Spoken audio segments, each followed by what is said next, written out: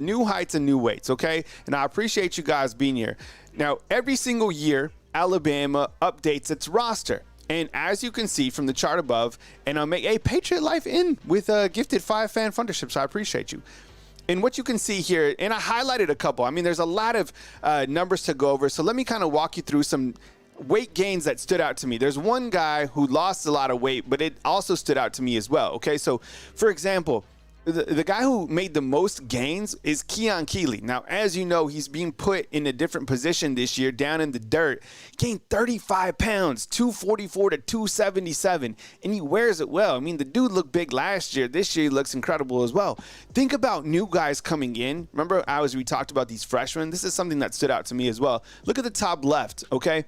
Bubba Hampton came in at 175. He put on 19 pounds, okay? Zay Mincy went from 180 to 204. That's 24 pounds.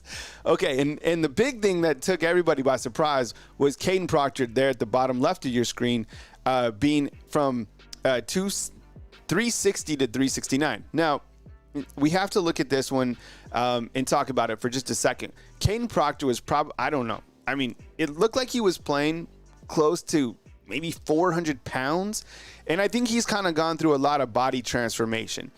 Now, him playing at 369 pounds, I think that's added muscle. To me, that's added muscle.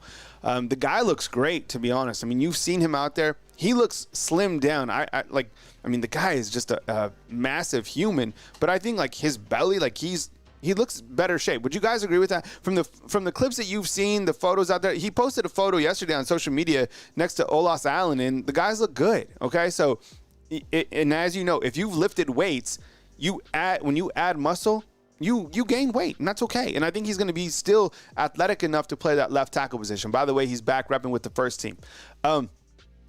Like Jahad Campbell, yeah, I mean, this isn't fair. To go from 230 to 244 at the inside linebacker. Man, like him and Deontay Lawson, I think Deontay Lawson's up there like 240 as well. Those are inside backers, and they still maintain that athleticism. And Cody's asking, I thought he lost weight. I think what happened was he added muscle. So, you lose that belly fat and you gain muscle. I think it's going to be positive. I'm talking about Kadyn Proctor. On the right, you have Tyler Booker. It's like the third from the bottom. He lost 27 pounds. Now, he did lose weight. He was playing at 352. I mean, some of these guys were playing too heavy last year. Remember, everybody was hyping up Alabama's offensive line last year, saying these guys are going to be the heaviest and the biggest, and they're bigger than the NFL. Well, the NFL has already figured out that doesn't work. So I think those guys trimming down makes sense. So I can't wait to see the new offensive line. I mean, they already look good to me. And with Kadyn Proctor going back to the left tackle position, I'm happy about it. You got Tyler Booker. You got Parker Brailsford. By the way, Parker Brailsford, look at him. He went from 275. We were talking about he looked too light when he came in. He's up to 290 pounds. Jaden Roberts, I think he put on some weight as well. And then you have Wilcom Formby at the right tackle position. So, yeah, offensive line's looking good, making gains. I like it. How about Noah Carter coming in as a freshman? And think about like Noah Carter, for example, who's up on the right side of this. He came in at 220. He's already put on 22 pounds. That's wild. Same thing with like Ryan Williams. You see, he came in at 165. He's at 175. It's amazing. Think about the diet, nutrition that Alabama has to get these players. I mean, because, for example, like Noah Carter and Ryan Williams, these guys just got here in June. You're telling me in, less than 3 months they're able to put on 22 pounds of muscle? How about Drake Kirkpatrick? I mean, he was an early spring enrollee. He went from, hey, Patriot Life with the big super spot, man. We appreciate you. Thank you so much. Man, Patriot Life, you've been amazing to us. Thank you so much for being one of our top supporters right here on Bama Football on YouTube. Drake Kirkpatrick goes from 192 to 210, putting on 18 pounds. He got here in the spring. Man. Caden Jones went from 170 to 192. Casey Poe put on 32 pounds. Man, Jay Lindsey, how about him? 235 to 255? Shoot. I think Jalen Milroe is probably, I mean, it says, remember there was like that huge discrepancy where people were talking about like these heights and weights were like kind of off or what? I don't know. I mean, I've been right next to Jalen Milroe. He looks like he's 230. And the dude is like shredded. He's a big human. And I think he's the fastest player on the team. Yonze Pierre, up to 239 pounds plus 16. How about Richard Young? Let me ask you this before I get off the heights and weights. Okay, Richard Young at 216 pounds. Who is a good running back that you think he could be comparable to? Someone said a couple days ago, and I keep on talking about this, Bo Scarborough. Seems like a pretty good comparison, right? I like it. But that's my reaction. It's amazing to me that these guys can put on that much weight in a short amount of time. It is harder to put on weight than it is to lose weight. 100%. Like, if you're trying to get your mind right and you're trying to add muscle, that is harder than losing weight, in my opinion. Jahad Campbell at 244, Deontay Lawson like 240. Whew. Inside linebackers be flying. How about James Burnham, the punter, from 220 to 2? He put on 16 pounds, the punter? Man, that is wild. The punter put on 16 pounds. James Burnham, the best punter in the country. All right. If you guys want to call into the show today, 205-850-1994. I appreciate you guys. We do have a caller. Well, I'll take it in just a second. I want to talk about one more thing before I get to my calls.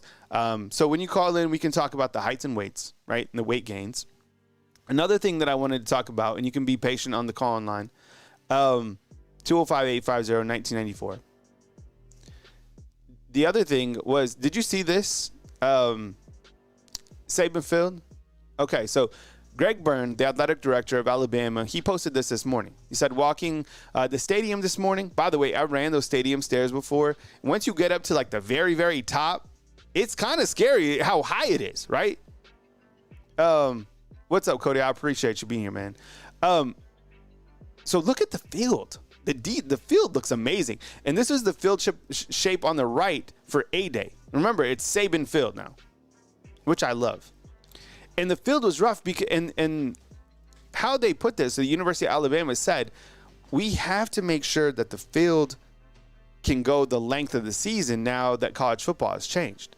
Meaning, like, if Alabama hosts a playoff game, right, the field has to be, they have to basically, like, have the sod ready for later in the fall, going into, like, the winter. How about this? The coaches poll reads like this, and it just came out. Georgia, Ohio State, Oregon, Texas, Alabama, Ole Miss, Notre Dame, Michigan, Penn State, Florida State. That's the top 10. In my opinion, the teams that are overrated, Notre Dame, Penn State, Florida State, Miami. Okay? I'm not buying any of those teams in that category. The same thing happens every single year with Notre Dame, and it's like the media darling. People want them to be good. I've expressed my reason. It's because when we were little and we used to turn on the TV, it would get us excited. It's like kind of like going to Disney World. Notre Dame is Disney World. It looks nice, it's fun, but when you get there and you start to play, it's not. How many of you have been to Disney World, and as soon as you get there with the kids, you're just like, you just want to get the hell out of there, right? It's crazy. Penn State. I don't buy it. Nope. I'm not going to buy Penn State. It's the same thing. They don't beat Ohio State. They don't beat Michigan. I'm not buying them as well. Florida State. What's up, Bama hater? I appreciate you, man. Thanks for being here. Florida State. I'm not buying it as well. I appreciate what Mike Norvell did. Last season, we talked about how, the end of the season happened for Florida State, and it looked like he was pretty damn close to being Alabama's football coach, too. I'm just not buying it. I love Roydell Williams. I don't think it, man. And then let's see. Miami. That's Bama Hater's team. Bama Hater, what's up, man? He likes Miami. Look, Mario Cristobal seems like a good dude, and he has a lot of things going for him. I'm not buying that either. Am I wrong? Who are you? Who are the overrated teams in your opinion in that top 20? And check out this. Look, everybody's going to get punched in the mouth this season. That's why I always talk about, like, the teams that Bama plays. Look, Georgia, Missouri, LSU, Tennessee, Oklahoma.